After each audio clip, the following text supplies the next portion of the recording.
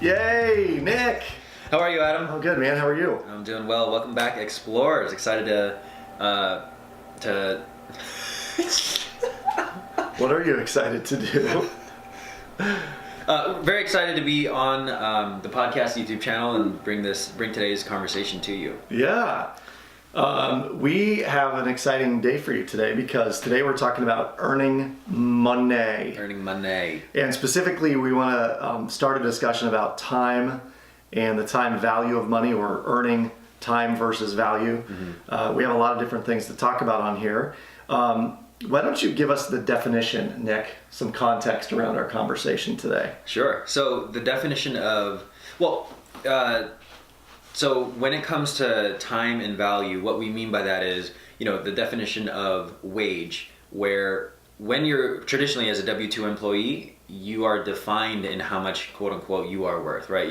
There's a particular dollar amount that you are earning for every hour that you work.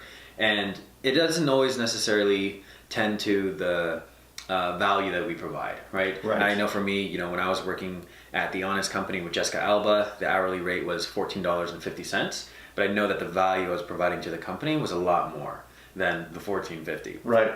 And then particularly defining as an entrepreneur what it looks like to actually create the value in the rates or the structure that, I charge, you charge, entrepreneurs charge. Yes. Yeah. Does that answer your... Totally agree. And I would say that many times if you are a W-2 employee and someone says, well, this job pays $50,000 a year, what they're effectively saying is your time is worth $25 an hour, yep. Right? Yet you may value your time more than that $25 an hour. Mm-hmm. So the question then becomes, how can you increase the value of your time outside of the work you do? Mm-hmm. By doing side hustles and those kinds of things, which we'll cover in another couple episodes. Or do you consider starting more of an entrepreneurial venture where you personally get to set your own price point? Yeah. Definitely. Yeah? Cool. So I believe that that this is kind of a broad brush statement, but I heard from an entrepreneur one time that he would outsource every single thing in his life that someone else could do, and he could pay them less than what he made in an hour. So the logic was, if he could be working and he could be making, say $100 or $200 or $300 or $500 an hour, he wasn't going to do things like mowing his lawn or painting his home or cleaning his house, because he could pay other people a significantly smaller amount to do that kind of work. Mm-hmm. And I think there's something to be said about understanding the value of the time that we have on this earth. I have this theory that money is infinite, but time is finite. So we only have a certain amount of time every day, every week, every month. But the amount of money that's out there, there's something like $4 trillion circulating the globe on a daily basis. So this goes back to some of our early conversations about money mindset, yep. Our earliest money memories, our relationship to money, all those kinds of things. Yeah, and Adam, there was a key word that you said in really understanding the time and the value that you place on your time, which I think can easily be overlooked. But when I understand how much value I provide and how much value my time actually is worth, then I can start taking actions that will either correspond with that or correlate, or like I said, or like you were mentioning, outsourcing or hiring someone else to do something. Yeah. But it first starts with the awareness of understanding how much your time actually is worth. So tell me more about that. What kind of things would you look at doing or transplanting with other people that maybe you wouldn't do yourself? Yeah. So, the first thing that comes to mind is, in booking flights. So I have 37 flights that I need to purchase, or 37 flights that I'm going to be on this year. And for me, as a very calculated person, which definitely tends well to providing value for my job, mm-hmm. When it comes to booking flights, I spend a lot of time debating, scenario A, B, and C. Do I want nonstop? Do I want one stop? How long is the layover? Should I go from a local airport, international? It's very, very time consuming. Your spreadsheets are nuts. Yeah, they are color coded and everything, conditional formatting. And so I know that if I'm, working with a client and I have a prospect call that's 30 minutes and I can generate, $1,500, I know that money or my time could be spent prospecting or serving a client rather than looking for flights. Yes. Yeah. So let's bring this down to, or over to a W-2 wage earner conversation. Yep. Because I think that sometimes those that are in a job where you know what you're going to make, the salary is what the salary is, you might think, well, what's the point? How do I make more money if I know that my salary is capped at this level? Yeah. And I think there's a couple of secrets to this that we want to share with you. One is, if you make your time more valuable at work and you're able to demonstrate that to your employer, there is a higher likelihood that you will get a raise when the time comes or when you ask for one. And little plug for tomorrow's show, we are going to talk about how to ask for a raise and be very explicit about how to do so. Yep. So if you make your time more valuable, you should therefore make more in that job, assuming you can prove that. So here are some ways to do it. We'll do 1, 2, 3. Sure. Cool. So number one, if you're in a sales gig, then obviously the way that you make more money is you sell more stuff. And I've worked with a number of companies who sell products or services as their core business. And the salespeople will say, well, I make this, I really like to make more. And when we start digging into how can you make more, we break down things like, how do you make your time more valuable? How do you prospect faster and easier? Are you honing your sales skills so the sales calls don't take as long or the sales process doesn't take as long?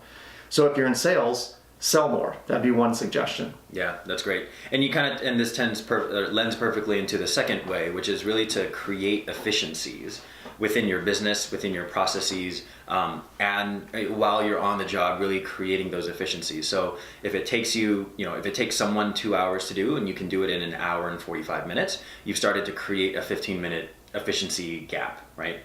And so looking at the different things to create efficiencies, whether that's if you have to, for example, respond to emails, doing that at the beginning of the day versus after lunch. When, at least for me, sometimes I have a food coma and I'm kind of just sitting there and it takes a lot longer and I become inefficient. Yes. So really looking at the actions that I'm taking at my W-2 job to really look at how can I do it faster, or, even how can I send this off to someone else who can, do it for me. Yeah, no doubt. A good friend of mine is a mechanical engineer, and he works for a company that one of the things he was well known for was finding and creating efficiencies within the company. He did 1 or 2 modifications to some business process they had and ended up saving the company $10 million over a course of like 1 or 2 years. And at that point he said, hey, I want this kind of job, this kind of schedule. And they obviously capitulated to him. So. Yeah, said, yeah, whatever you want. That's great. The last one, and this is a great example for a business, like if you're in a marketing field or advertising, if you are getting better and better at what you do, creating more creative projects or campaigns, you may be able to attract larger clients as a result of that. So again, the better you get at what you do, if you're a creative type, then potentially you can ask for more money because you're able to bring in larger and larger clients. So that's just one way to, or 3 ways, if you're a W-2 wage earner, to make your time more valuable. Yeah. Awesome. And so one of the other aspect that we wanted to also bring in is really looking at, for the entrepreneur, for the person that is able to really create the value, 2 ways to really do that. The first, at least for me, and I've been guilty of this, and continuously doing an audit and a check of myself in really looking, are the activities and actions that I'm taking generating revenue, or are they not? And I think as an entrepreneur, it can be very easy for myself to be busy and have a lot of things to do when I'm not really focusing on the thing that's going to move the needle to increase value and also provide value for people. The second thing would be really upselling your value, or upselling my value, people's value, versus decreasing the time. So in the relationship between time and value, the more time you spend doesn't always necessarily mean that the value is going to be there. Yes. So really having a balance of the two. Love it. And the last thing, and this was more of a personal story of mine, but during the summer I would mow the lawn, and we have a push mower, and I would push mow my lawn, and it was a time I would use to listen to podcasts, to get caught up on news, or just listen to music, right? Veg out. But I would find myself getting sweaty and having to come in and clean up. And all in all, from end to end, it would take the better part of an hour or more to do my entire yard. And at one point last summer, I thought, this is silly.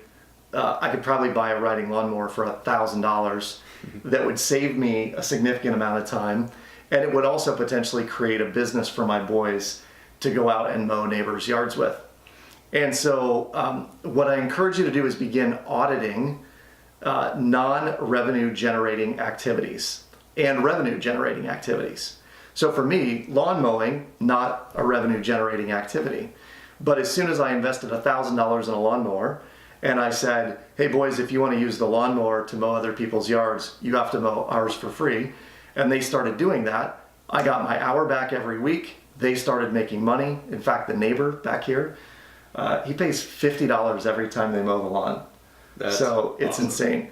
And you probably have more fun. And I have more fun. They have more fun. It's great. So what I want you to do is audit some of your non-revenue generating activities. People who say, I want to earn more, and yet they spend 10 or 12 or 15 hours on the couch watching television. Obviously, you need to audit the activities that you're undertaking, because some of those hours could be revenue generating hours. 100%. Yeah. Cool. What's our takeaway? So our takeaway is this, in really auditing your actions, whether you're an entrepreneur or you're a W-2 employee, if you want to earn more, what could you be doing to make your time more valuable? Be insightfully straight with yourself, really be in the inquiry of how you can make your time more valuable. And we're excited to hear about it. Cool. Tomorrow's show, Asking for a Raise. Tune in. Thanks for joining us on the Mastery Podcast. Make sure you subscribe, like, follow us, leave a comment down below if you're on YouTube with us, and we appreciate you hanging out. Have a great day or evening.